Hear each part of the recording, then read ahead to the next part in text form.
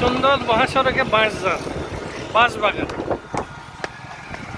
অপূর্ব বাঁশবাগান। হ্যাঁ, আমার কাছ থেকে গেছে